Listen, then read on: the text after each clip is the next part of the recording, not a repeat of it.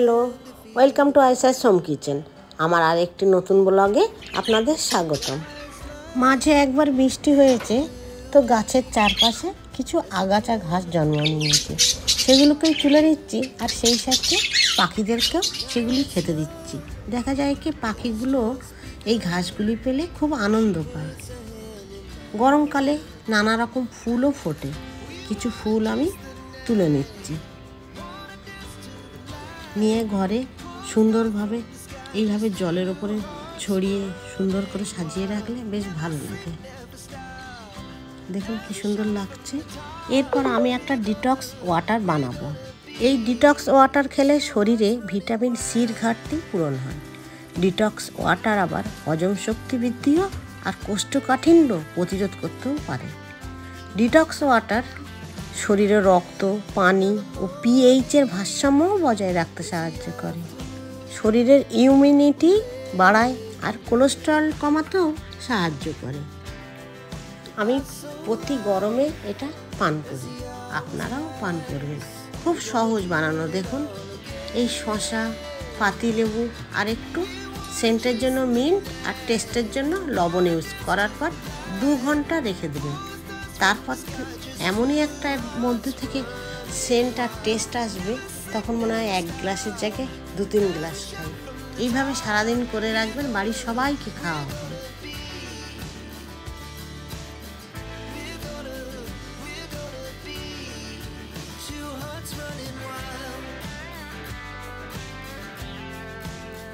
এরপর আমি ব্রেকফাস্টে চলে যাব। ব্রেকফাস্টে আজ বানাবো এগ স্যান্ডউইচ আর লেমন জুস। প্রথমে আমি লেমন জুসটা বানিয়ে ঠান্ডা করতে দেবো ফ্রিজে, তারপরে স্যান্ডউইচটা বানাবো।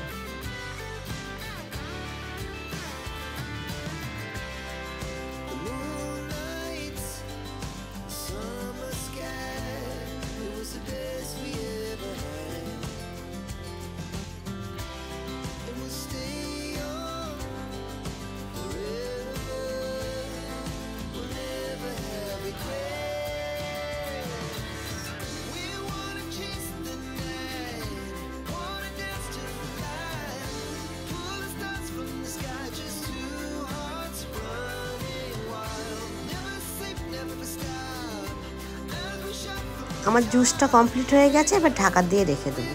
এরপর একটা ব্রেডের মাঝখানে এরকম গ্লাস দিয়ে আমি কিছুটা কেটে নেব, নিয়ে অনেক রকম সবজি দিয়ে একটা অমলেট করব। আমি এখানে নিয়েছি পেঁয়াজ, গাজর, ক্যাপসিকাম আর টমেটো। চপারের সাহায্যে আমি কুচিয়ে নেব।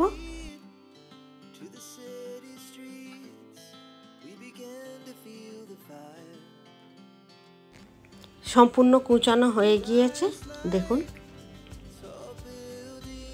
এরপরে আমি এতে 2টো ডিম দিয়ে দেব, দিয়ে একটু লাল লঙ্কার গুঁড়ো আর স্বাদ অনুসারে লবণ। আপনারা এতে আরও নানা রকম মশলাও মেশাতে পারেন। নিয়ে এবারে সেই ব্রেডগুলোকে ভেজে নেব সাদা তেল দিয়ে, বাটারও ইউজ করতে পারেন। নিয়ে অল্প একটু সেই অমলেট, ডিমের সবজি দেওয়া, সেটা দিয়ে দেবো। দেবার পর গোল করে কেটে রাখা ব্রেডটার টুকরোটাও ওর ওপরে দিয়ে দেবো, দিয়ে উল্টে একটা ঢাকা দিয়ে চেপে দেবো এই 2 মিনিটের মতো। দেখুন কত সুন্দর হয়ে গিয়েছে। এইভাবে আমি সবগুলো করে নিয়েছি।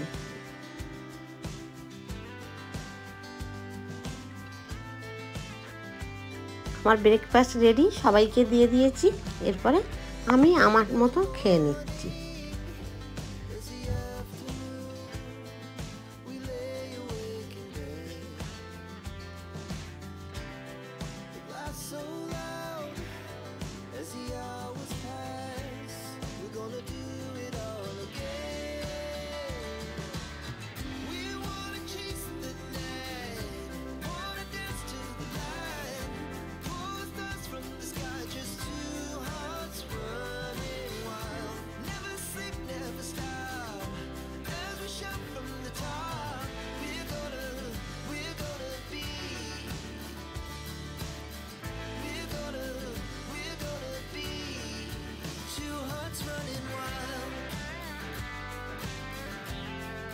আর আজকের লাঞ্চ হলো সামার থালি।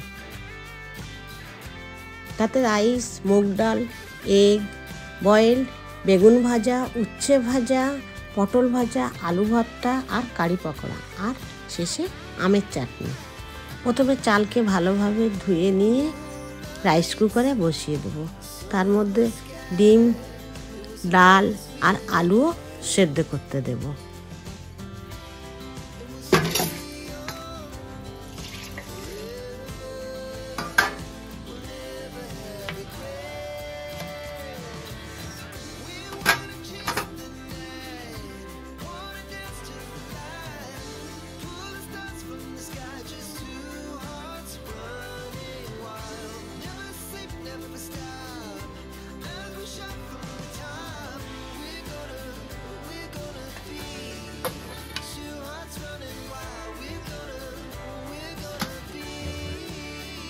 এরপর উচ্ছেগুলো আমি কেটে নিচ্ছি। উচ্ছেগুলোই আমার গাছে, আগের ভিডিওতে দেখিয়েছি।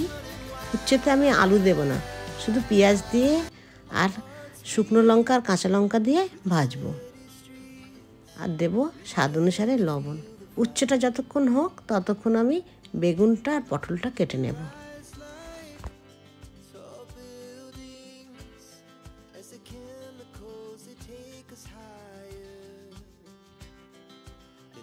এরপর লবণ, হলুদ আর লাল লঙ্কার গুঁড়ো বেগুনে মাখিয়ে বেগুনগুলো ভেজে নিচ্ছি।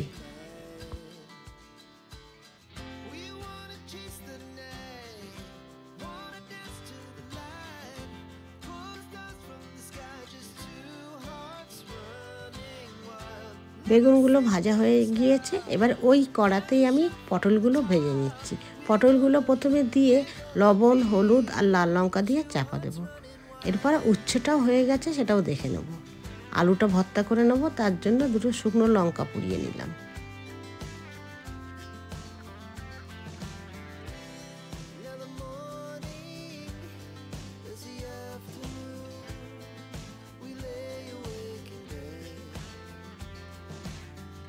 এরপর ডালকে ফোড়ন দিয়ে নিচ্ছি। প্রথমে ডালকে একটা ঘুটনি দিয়ে আমি নেড়ে নিচ্ছি ভালোভাবে। নেবার পরে জল দিয়ে ফোটাতে দেব। এবার অন্য একটি পাত্রে এর ফোড়ন দেব কিছুটা শুকনো লঙ্কা, রসুন, কাঁচা লঙ্কা আর সরিষা।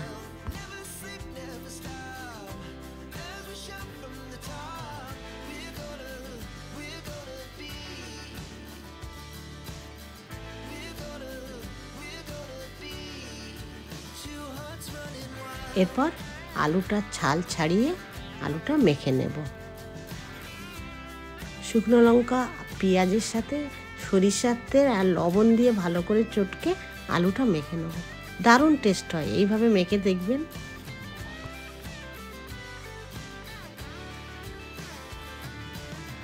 এরপরে যে ডিশটা বানাবো সেটার নাম হলো কারি পকোড়া। এর জন্য লাগবে টক দই। টক দইটা ভালোভাবে ফেটে নিয়ে জল দিয়ে দেবো। জল দেওয়ার পর ভালোভাবে ফাটানো হয়ে গেলে এতে দিয়ে দেবো পরিমাণ মতো বেসন। বেসন দেওয়া হয়ে গেলে এরপরে একটা পকোড়া বানাবো। অন্য একটি পাত্রে শুকনো বেসন দিয়ে লঙ্কা, হলুদ দিয়ে যেভাবে পকোড়া বানায় নর্মালি সেইভাবে ভাজবো। দেখুন কত সুন্দর ভাজা হচ্ছে, একদম মুচমুচে হতে হবে ভাজাটা। এতে একটা এবারে ফোড়ন দেবো।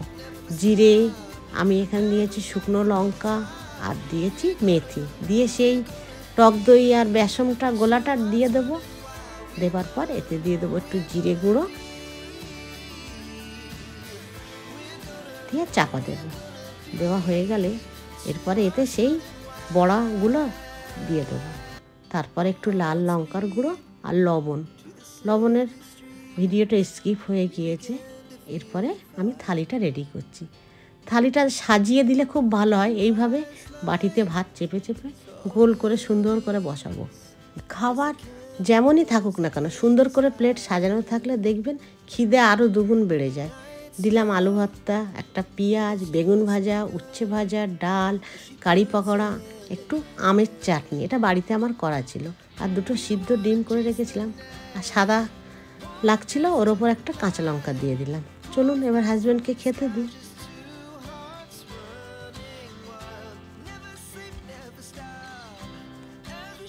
এরপরে আমরাও সব খেয়ে নিয়েছি, নিয়ে খানিক রেস্ট নিয়েছি, নামাজও পড়ে নিয়েছি, নিয়ে বিকেলবেলা একটু বেড়াতে বেরিয়েছি।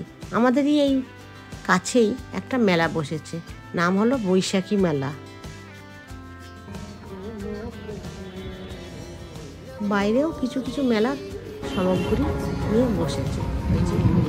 আমরা যাচ্ছি, চলুন ভিতরটা কেমন দেখা।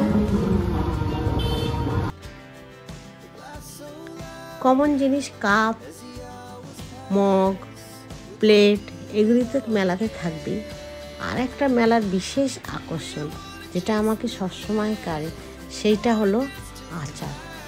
মেলায় যে নানাবিধ আচার আর এই কাঁচের বাসনকোসন আমাকে সব সময় এখানে টেনে নিয়ে আসে।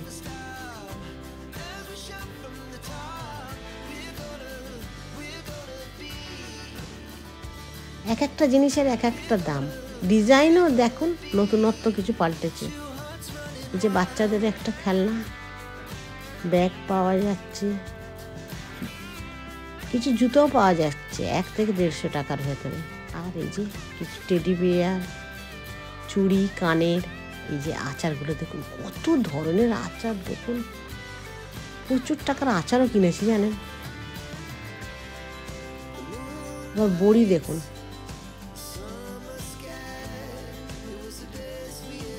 কিছু পাঁপড় আবার আলু পনিরের পাঁপড় নাকি। অনেক রাত হলো, এবার বাড়ি ফিরে চলুন। বাড়িতে এসে আর রান্নাবান্না করিনি জানেন, একটু ফ্রুট স্যালাড খেয়ে নিয়েছি। এই ধরনের ডালগুলো দিয়েছি, তাতে অ্যাপেল এরকম ছোটো ছোটো পিস করে কেটেছি, কিছুটা তরমুজও দিয়েছি, শসা দিয়েছি।